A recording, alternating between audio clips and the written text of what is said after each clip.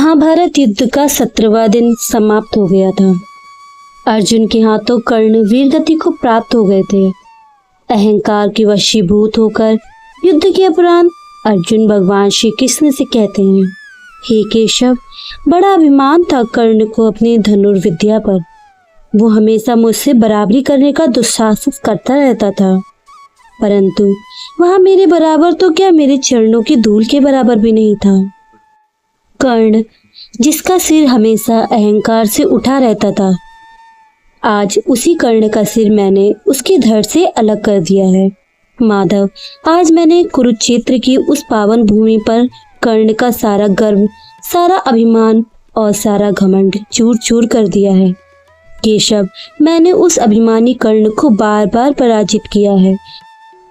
इस पर श्री कृष्ण ने अर्जुन से कहा, पार्थ, यह सत्य है कि कर्ण को तुमने बार बार पराजित किया, परंतु इसका अर्थ यह कदाचित नहीं है कि कर्ण एक श्रेष्ठ योद्धा नहीं था। इस पर अर्जुन ने कहा, माधव, क्या तुम यहाँ कहना चाहते हो कि मैं एक श्रेष्ठ योद्धा नहीं हूँ? क्या मैं श्रेष्ठ धनुर्धर नहीं हूँ? तब श्री कृष्ण ने कहा, पार्थ, पितामह भीष्म तुम्हारे बाणों के कारण ही निष्क्रिय हुए थे, ना तो क्या पितामह भीष्म से तुम श्रेष्ठ धनुर्धर हो गए? अर्जुन ने कहा, नहीं माधव, पितामह भीष्म से मैं श्रेष्ठ कभी नहीं हो सकता, परंतु मैं यह जानता हूँ कि मैं कर्ण से श्रेष्ठ हूँ। युद्ध भूमि में तुम भी थे ना माधव? माधव, क्या तुमने नहीं देखा कि मैं जब कृष्ण को अर्थात तुम मेरे रथ को चला रहे थे, तब कर्ण के रथ पर मैंने बाण चलाया था। मेरे बाणों के प्रहार से कर्ण का रथ 10 कदम पीछे हट गया था। वही कर्ण जब मेरे रथ को बाण से चलाता तो उसके बाणों से प्रहार से मेरा रथ केवल 2 कदम पीछे हटता था। माधव, बाणों के प्रहार की शक्ति में इतना अंतर क्या है, यह सिद्ध करना नहीं आता क्या? मैं ही सर्वश्रेष्ठ धनुर्धर हूँ माधव। इस पर श्री कृष्ण ने कहा, पार्थ, तुम मेरे सखा हो, मेरे मित्र हो, तुम तो मुझे पहचानते हो ना। त्रिलोकी नाथ हूँ मैं मित्र। तुम्हारे जिस पर रथ पर मैं तीनों लोकों का भार लेकर स्वयं बैठा था, उस रथ को कोई अणु मात्र भी पीछे हटा नहीं सकता।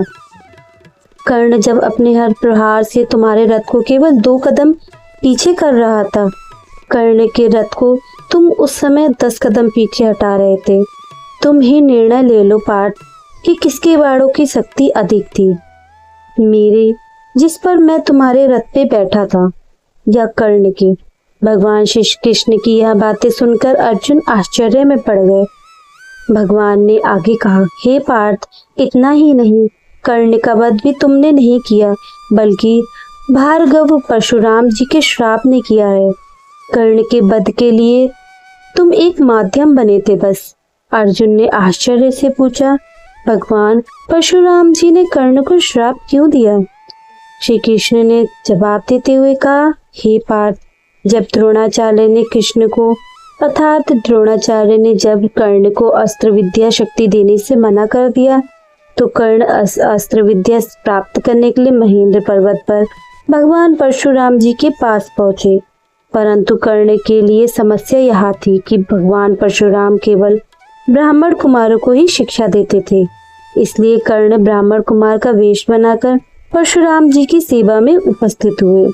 यह सुनकर अर्जुन ने कृष्ण से पूछा, अस्त्र विद्या के लिए प्रलोभन में आकर कर्ण को कितना बड़ा झूठ क्यों न बोलना पड़ा था? माधव, इस पर कृष्ण ने कहा, पार्थ, अस्त्र विद्या के प्रलोभ में आकर नहीं, बल्कि तुम्हारी दुश्मनी में उसने इस झूठ का सहारा लिया था। वह हमेशा तुम्हें अपना प्रतिद्वंदी समझता रहता था। द्रोणाचार्य से शिक्षा लेकर जब तुम अस्त्र शस्त्र में संपन्न हुए, तो तुम्हारा सामना करने की क्षमता प्राप्त करने के लिए कर्ण ने परशुराम भगवान से विद्या प्राप्त की। हे पार्थ, कर्ण ने गुरु की इतनी सेवा की। परशुराम जी ने एक एक करके कर्ण को समस्त दिव्य शास्त्रों की विद्या प्रदान की। एक दिन परशुराम जी कर्ण की गोद में सर रखकर सो रहे थे। उसी समय एक भयानक रक्त पिपासु कीड़ा कर्ण को काट लेता है। कीड़े के काटने से कर्ण को अत्यंत पीड़ा हो रही थी, परंतु वह यह सोचकर हिलने मात्र से ही कि गुरुजी विश्राम कर रहे हैं उनकी गोद में, उनकी नींद में बाधा आ जाएगी। कर्ण ने सारी पीड़ा को चुपचाप सह लिया, परंतु कीड़े के डंक मारने से कर्ण की जांघ से घाव हो गया और उस घाव से रक्त गर्मागर्म खून उनके परशुराम के शरीर को स्पर्श करते हुए निकलने लगा, जिस पर परशुराम जी की नींद खुल गई। परशुराम जी की नींद खुलने से ही कर्ण ने उस रक्त पिपासु कीड़े को मार दिया।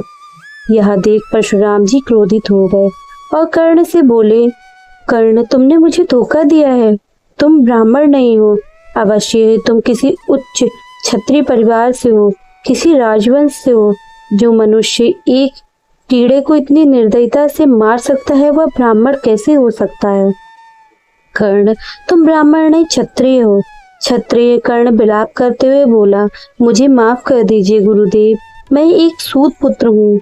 मेरी माता का नाम राधा है, इसलिए लोग मुझे राधा पुत्र कर्ण कहते हैं।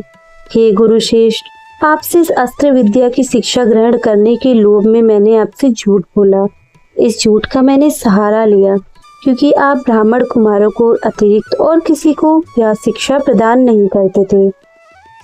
इस पर गुरुदेव परशुराम क्रोधित होकर बोले, तुमने अपने गुरु से झूठ बोलकर यह शिक्षा अस्त्र ज्ञान प्राप्त किया है। तुमने मुझसे छल किया है, मुझे धोखा दिया है। इसलिए मैं तुम्हें श्राप देता हूँ कि जब तुम्हें मुझसे प्राप्त की गई शिक्षा की सबसे ज्यादा आवश्यकता होगी, तब यह विद्या तुम्हारे किसी काम नहीं आएगी। तुम अस्त्रों को प्रकट करने के मंत्र भी भूल जाओगे। तुम जिस रथ के ऊपर खड़े होकर युद्ध करोगे, वह रथ भी तुम्हें त्याग देगा और तुम्हारे रथ के पहियों को भूमि निगल जाएगी। भगवान श्री कृष्ण ने आगे कहा, हे मित्र, इसलिए मैं कहता हूँ कि कर्ण को तुमसे नहीं बल्कि उसके गुरु के श्राप ने ही तुम मारा है। और इससे भी बड़ा सत्य यह है कि यह युद्ध जो कर्ण के जीवन का सबसे महत्वपूर्ण युद्ध था, उसने यह युद्ध भी जानबूझकर ही हारा। इस पर अर्जुन ने आश्चर्यचकित होकर कृष्ण से पूछा, यह युद्ध जानबूझकर हारा है? यह क्या कह रहे हैं आप? माधव, श्री कृष्ण ने कहा, हाँ पार्थ, नहीं, तुम नहीं जानते हो। जब कर्ण कौरवों के सेनापति बने तो मैं उनसे मिलने उनके शिविर में गया। मैंने उनसे अधर्म का साथ छोड़कर पांडवों की ओर से लड़ने के लिए कहा, परंतु कर्ण ने कहा कि भले ही दुर्योधन अधर्मी हो, फिर भी वह मेरा मित्र है और दुर्योधन से मित्रता निभाना उसका प्रथम धर्म है। इसलिए वह प्राण त्याग देगा, परंतु अपने मित्र दुर्योधन को धोखा नहीं देगा।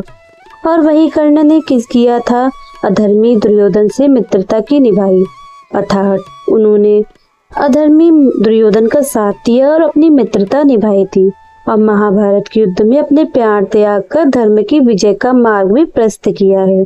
हे मित्र, तुमने कभी कर्ण को समझा नहीं, तुमने कर्ण के अंदर कभी झांका नहीं, तुमने कर्ण के अंदर एक महान आत्मा कभी नहीं देखी। कर्ण जैसे योद्धा, कर्ण जैसे दानवीर युगों युगों में कभी कभार ही पैदा होते हैं। अर्जुन, अगर कभी तुम्हें कर्ण के जीवन के पूर्ण सत्य का पता चलेगा तो तुम स्वयं धरती पर ही सिर रखकर उस महान आत्मा को प्रणाम अवश्य करोगे। तो मित्रों, आज की वीडियो में बस इतना ही। आज की वीडियो में हमने जाना कि मरते हुए कर्ण को अर्जुन ने प्रणाम क्यों किया था। तो मित्रों, आप सभी को यह वीडियो कैसी लगी कमेंट बॉक्स में हमें जरूर बताइएगा। और अगर आप सभी को हमारी यह वीडियो अच्छी लगी है तो कृपया करके हमारी वीडियो को ज़्यादा से ज़्यादा शेयर करें, लाइक करें और कमेंट करके जय श्री राधे कृष्णा जरूर लिखें। तो चलिए मित्रों, अब हम मिलते हैं अगली वीडियो में। तब तक के लिए अपना ध्यान रखिएगा। राधे राधे।